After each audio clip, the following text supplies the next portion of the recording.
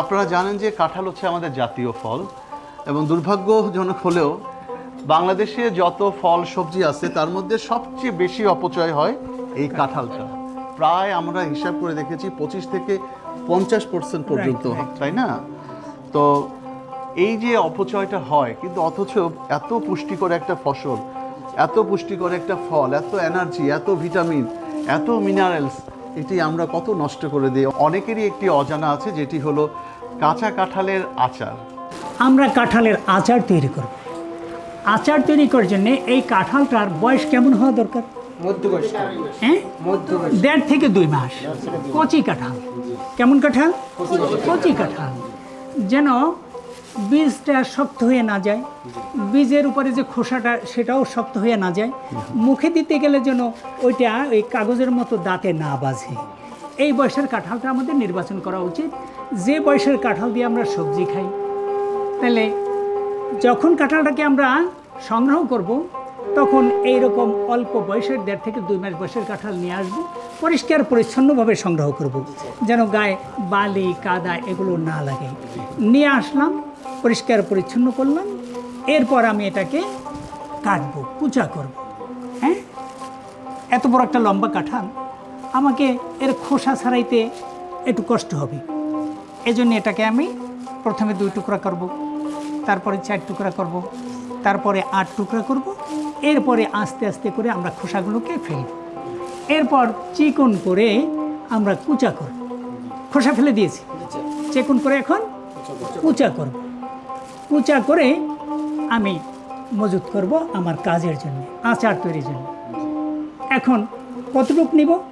ধরে নিলাম আমার এই কাঁঠালটাকে খোসা ফেলে কুচা করার পরে আমি 1 কেজি পেয়েছি। কতটুকু পেয়েছি বলেন? 1 কেজি পরিমাণ পেয়েছি। আর এই যে কুচাটা, এটা আমরা যেরকম লাউ ভাজি করে খাই, ওই লাউয়ের হ্যাঁ ভাজি করার জন্য যে কুচার সাইজ করি, ওর চেয়ে একটু মোটা হইলেই হয়ে গেল। তাহলে আমি কাঁঠালটাকে কুচা করে কিন্তু ওই এটাকে ব্রাইন ওয়াটার বলে, 2% লবণ আর 98% পানি মিশিয়ে আমার ব্রাইন হইল।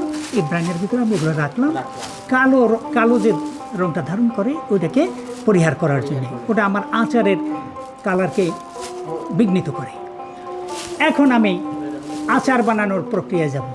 আমাদের চুলায় সসপ্যান বসাই দিয়েছি। এখন আমরা 500 মিলি তেল দেওয়ার কথা, এই 500 মিলি তেল দিয়ে দিলাম। 1 কেজি কাঁঠালের আচার তৈরি করতে আমি 500 মিলি সরিষার তেল নিই।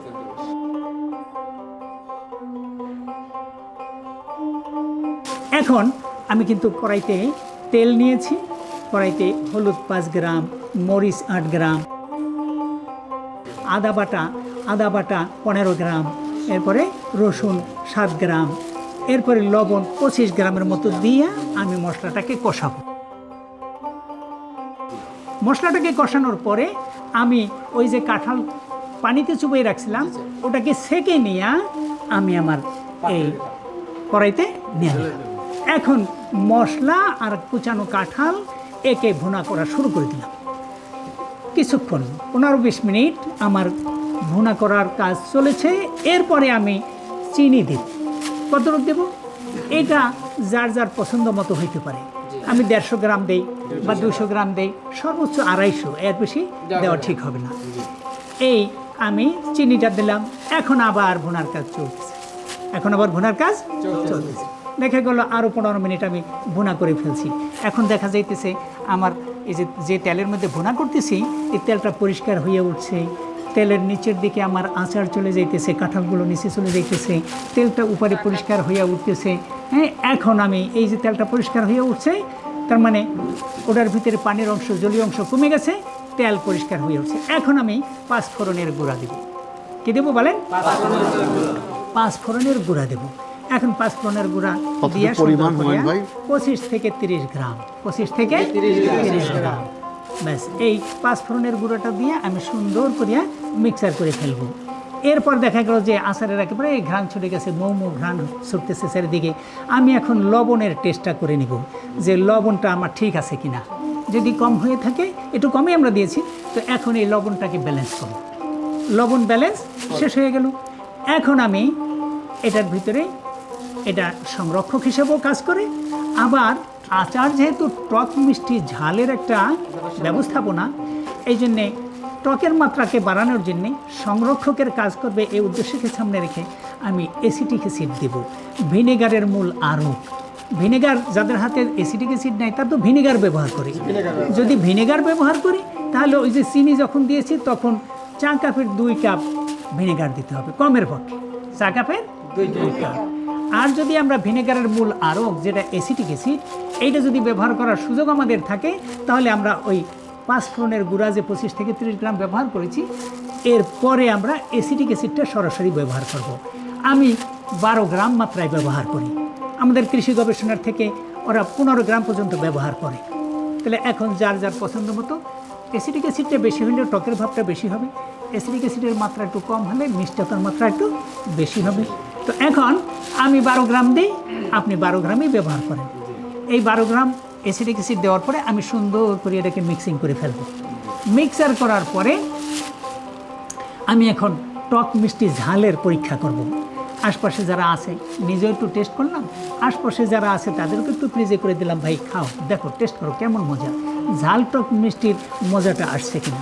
ব্যাস, খানেওয়ালারা যখন রেসপন্স করলো পজিটিভ যে হ্যাঁ ঝাল টক মিষ্টি ঠিক আছে, তো আমরা এখানে স্ট্যান্ডার্ড ফর্মে নিয়ে নেব। বা যদি দেখি যে একটু টক বেশি হয়েছে তাহলে একটু সুগারের মাত্রা বাড়াই দিলে হলো। যদি দেখি যে আমার টকের মাত্রা বেশি হয়েছে সুগার দিলাম, সুগারের মাত্রা বেশি হয়েছে তাহলে একটু টক বাড়াই দিলাম, তাহলে আমার এটা ব্যালেন্স হয়ে গেল। যে মাত্রায় টক মিষ্টির ঝাল আসলে আমার পছন্দের মাত্রায় চলে আসে, আমি ওইখানে ওটাকে নির্ধারণ করে আমার প্রক্রিয়া শেষ করে দেব। ব্যাস, আচার তৈরি শেষ। এখন আমি জালটাকে বন্ধ করে দিলাম।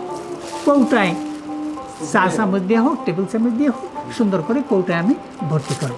ব্যাস, কৌটায় ভর্তি করব। দেখা গেল 1 কেজিতে যে আচার তৈরি করেছি তাতে আমার 3 কৌটা 400 মিলি জারের 3 কৌটা আচার হয়। তো 3 কৌটা ভর্তি হওয়ার পরে আমার কড়াইয়ের ভিতরে যে তেলটা রয়ে গেছে, আমি ওই তেলটাকে সমান ভাগে সবগুলোর মধ্যে ভর্তি করে দেব। আচারের উপরে যেন তেল আধা ইঞ্চি পরিমাণ থাকে, এটা তেল রাখতে হবে। এখানে তেল আমার সংরক্ষক। তেল কি বলেন এখানে? সংরক্ষক। যার তৈরি আচার ভুনা যত সুন্দর হবে, ভুনা যত সুন্দর হবে, তার আচার তত টেকসই হবে, তার আচার তত সুস্বাদু এবং টেকসই হবে। এই ওই যে উপরে একটা তেলের স্তর রাখছি, এই তেলের স্তরটাকে খাওয়া যাবে না। আচারের কৌটার গায়ে যদি আচারের অংশ বিশেষ লাগে, সেটাকে আমরা চামচ দিয়ে পরিষ্কার করে রাখবো, অথবা টিস্যু পেপার দিয়ে, টিস্যু পেপার দিয়ে মুছে সুন্দর পরিষ্কার করে রাখবো। ব্যাস, মুখে আটকাই ফেলবো। যদি আমরা খাওয়া শুরু করি তখন এটাকে নর্মাল ফ্রিজে রাখলে দীর্ঘদিন একটু ব্যবহার করা যায়। আমাদের প্রস্তুতকৃত আচার আমরা বোতলজাত করেছি। এখন বাজারজাত করার উদ্দেশ্যে এই জিনিসটা তৈরি করতে হবে। তো বাজারজাত করার প্রারম্ভেই একটা কাজ আছে, সেটা হলো একটা সিকিউরিটি র্যাপিং পরানো। একটা সিকিউরিটি র্যাপিং পরানো, অনেক সময় আচার একটু মুখরোচক জিনিস, ক্রেতা এসে ফাঁক ফোকরে কৌটার মুখাটাকে খুলে একটু মুখে দিতে চায়। এটা একটা ভিতরের উৎসাহ, ভিতরের আগ্রহ। তো ক্রেতা যাতে সহজেই কৌটাটার মুখাকে খুলে ফেলতে না পারে, একটু মুখে দেওয়ার চেষ্টা এটা করে এই প্রোডাক্টটাকে নষ্ট করে দিতে না পারে, এই উদ্দেশ্যকে সামনে রেখে মূলত এই সিকিউরিটি র্যাপিংটাকে পরিয়ে দেওয়া। আমরা আমাদের যার যার লেবেল লাগিয়ে এটাকে বাজারে দেব। এই বাজারে দিতে যে লেবেলটা করব তার ভিতরে ওই কী দিয়েছি, উপাদান কি আছে, এরপরে আমার উৎপাদনের তারিখ কত, এক্সপায়ারি ডেট কত, এগুলোকে লিখে দেব। এরপরে আমি যেটা একটা ট্রেডমার্ক দরকার, যে মার্ক আমি পছন্দ করি এমন একটা ট্রেডমার্কও এর সাথে সংযুক্ত করে দেব। সেটা সরকারি দপ্তর থেকে যদি নিয়ে নেওয়া হয়, রেজিস্ট্রেশন করে যদি নিয়ে নেওয়া হয় তাহলে খুব ভালো হয়। একটা নাম দিয়ে আমি বাজারে প্রোডাক্ট দিলাম, আমি তার নাম রাখি নাই, দেখা গেল যে নামটা আমি রেজিস্ট্রেশন করতে চাই ট্রেডমার্ক রেজিস্ট্রেশন অধিদপ্তরে, ওখানে নিয়ে যখন যাব তো তারা বলে দেবে যে ভাই এটা তো আপনি পাবেন না, এটা অন্য নিয়ে গেছে, তাহলে আমি বিপাকে পড়ে যাব। এই জন্যে একটা পণ্য বাজারে দেওয়ার আগেই আমার ট্রেডমার্ক রেজিস্ট্রেশন অধিদপ্তরে একটা নামের রেজিস্ট্রেশন করাই নিতে হবে, এটা একটা জরুরি জিনিস। আর কমের পক্ষে একটা ট্রেড লাইসেন্স করে নিতে হবে। আমরা যদি গ্রামগঞ্জে থাকি, ইউনিয়ন পরিষদের আওতায় থাকি, তাহলে ওখান থেকে একটা ট্রেড লাইসেন্স নিব। এরপরে যখন আমরা হিম্মত করব যে না আলহামদুলিল্লাহ হিম্মত হইতেছে, আমরা বাজারে প্রোডাক্ট দিতে পারবো এবং বেশি পরিমাণে আমাদের চাহিদা তৈরি হয়ে গেছে, এইবারে আমরা আমাদের জন্য একটা সুযোগ করে দেওয়া হয়েছে। আমি এই কথাটা বারবার বলার চেষ্টা করেছি, বড় বড় কোম্পানির জন্য যেরকম বিএসটির চার্জ, আর আমাদের ছোট ছোট উদ্যোক্তার জন্য যদি ওই রকম বেশি পরিমাণে হয়ে যেত তাহলে আমাদের কষ্ট হয়। তো এখন আলহামদুলিল্লাহ সরকার আমাদের জন্য সাশ্রয় করে দিয়েছে। এই 3 থেকে 5,000 টাকার মধ্যেই আমরা ছোট উদ্যোক্তারা বিএসটি করাই নিতে পারবো। এই জন্য আমরা বিএসটির অনুমোদন নিয়ে নিতে পারলে তাহলে আমার প্রোডাক্টের বাজার আরও বেড়ে গেল। মানুষ এটাকে একটা মানসম্পন্ন পণ্য বলে এটা ঈদে সত্যায়ন করবে। মানুষ বলে না সরকারি প্রতিষ্ঠানের পক্ষ থেকে এটাকে সত্যায়ন করা হয়েছে, এই জন্য আমরা বিএসটি করাই নেব। তো ঠিক আছে ইনশাআল্লাহ।